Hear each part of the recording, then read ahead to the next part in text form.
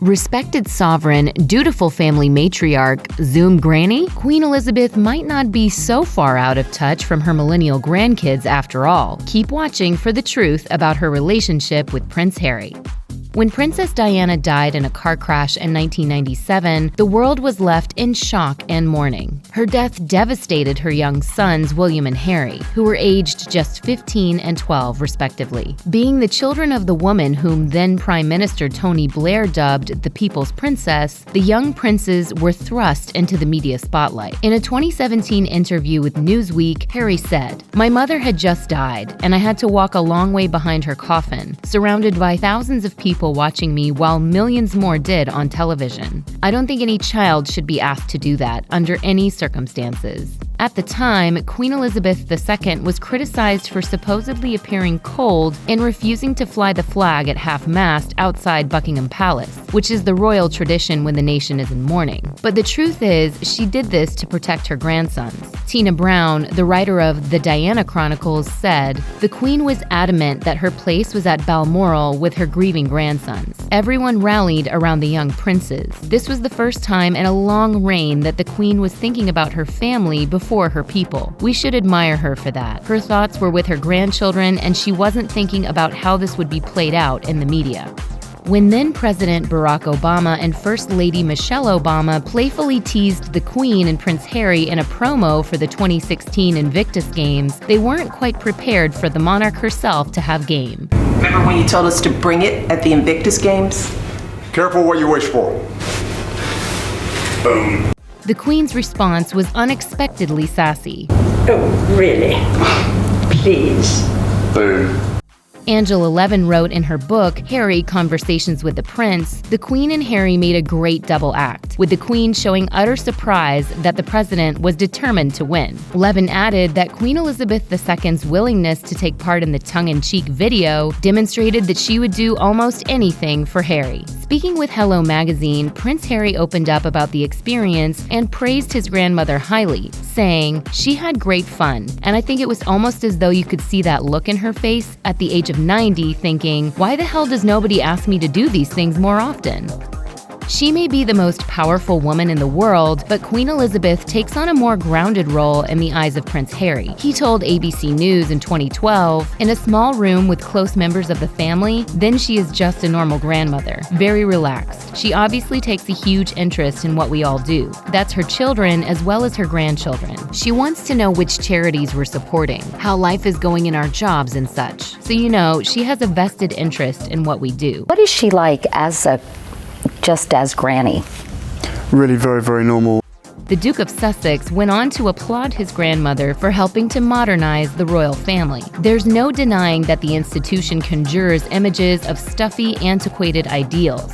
But there have been strides made in the past decade. For instance, diversity measures were introduced to the establishment in 2021. And many decades earlier, Queen Elizabeth was pioneering for women in the British workforce, as she trained as a mechanic during World War II. Harry said in the interview, "She's managed to get the family to move with the times, and I think that's incredibly important. You can't get stuck in a sort of an old age situation when everything else around you is changing. So you have to go with it."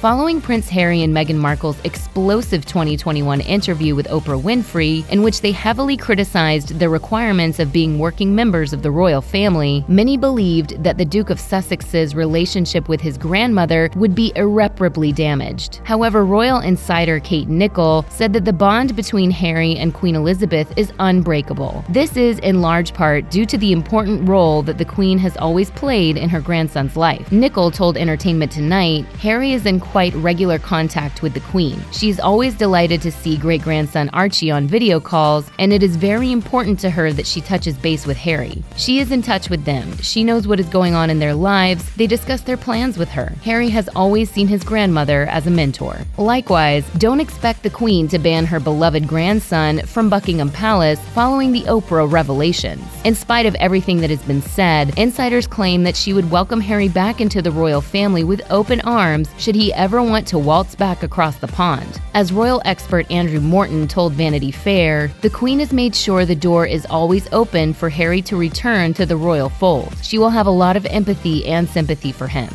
For many years, Prince Harry was pigeonholed by a bad boy reputation, which was in stark contrast to his gracious brother, Prince William. Infamously, a 20-year-old Harry donned a Nazi uniform at a Halloween party in 2005, for which he swiftly apologized. But the so-called Dirty Harry soon proved himself to be a magnum force in redemption. After being set up on a blind date in 2016, Prince Harry and Suits star Meghan Markle fell in love, and Harry went from Playboy Prince to Prince Charming. When news broke that Harry had found love, no one was happier than his grandmother. Many assumed that the Queen would disapprove of her grandson cavorting with an American actor, but she was reportedly ecstatic by the news. An insider told Us Weekly that the Queen was supportive of Markle, saying she's delighted to see Harry in a loving relationship. Subsequently, she gave the lovebirds her own personalized seal of approval to wed after they became engaged in 2017. What's more, Her Majesty bonded with her grandson's new bride, reportedly welcoming her with open arms. Although Prince Harry has since given up his royal duties, this decision was by no means a reflection of any lack of obligation to his grandmother. In fact, Harry had considered quitting the royal family years earlier, but opted not to out of love and respect for Queen Elizabeth. Following his time in the British Army, which he loved, Harry felt disillusioned with his princely responsibilities. Speaking with Angela Levin for the Daily Mail in 2017, he reflected, "I spent many years kicking my heels and I didn't want to grow up." As a result, he questioned whether he actually wanted to remain a part of the hallowed institution. He told Levin, "There was a time I felt I wanted out, but then I decided to stay in the firm and work out a role for myself." The prince also explained that he decided to remain in the institution despite his reservations because Her Royal Highness did not put pressure on him to perform his royal duties. He told Newsweek, "The Queen has been fantastic in letting us choose. She tells us to take our time and really think things through." While he is no longer the proud bearer of a royal title, Prince Harry's unyielding deference to his regal grandmother is evident. Eventually, Prince Harry's disillusionment with royal obligations did indeed catch up with him, and he and Meghan Markle officially decided to step away from the establishment in 2020. Following his departure, the Duke of Sussex was interviewed in 2021 by actor Dax Shepard on his podcast Armchair Expert, during which he shockingly described the royal institution as, quote, "a mix between the Truman Show and being in a zoo." According to insiders, Queen Elizabeth was reportedly infuriated by this analogy. An insider claimed to Us Weekly, "It definitely hasn't helped with healing the rift. They feel it was thoughtless and irresponsible of Harry to once again shade the firm so soon after Prince Philip's death, while the Queen is still mourning the death of her husband." Accordingly, a source previously told Vanity Fair that the Queen was disappointed by her grandson following the so-called Megxit, saying, "After everything she has done for Harry, she feels monumentally let down. All she has done is accommodate him and Meghan from the start.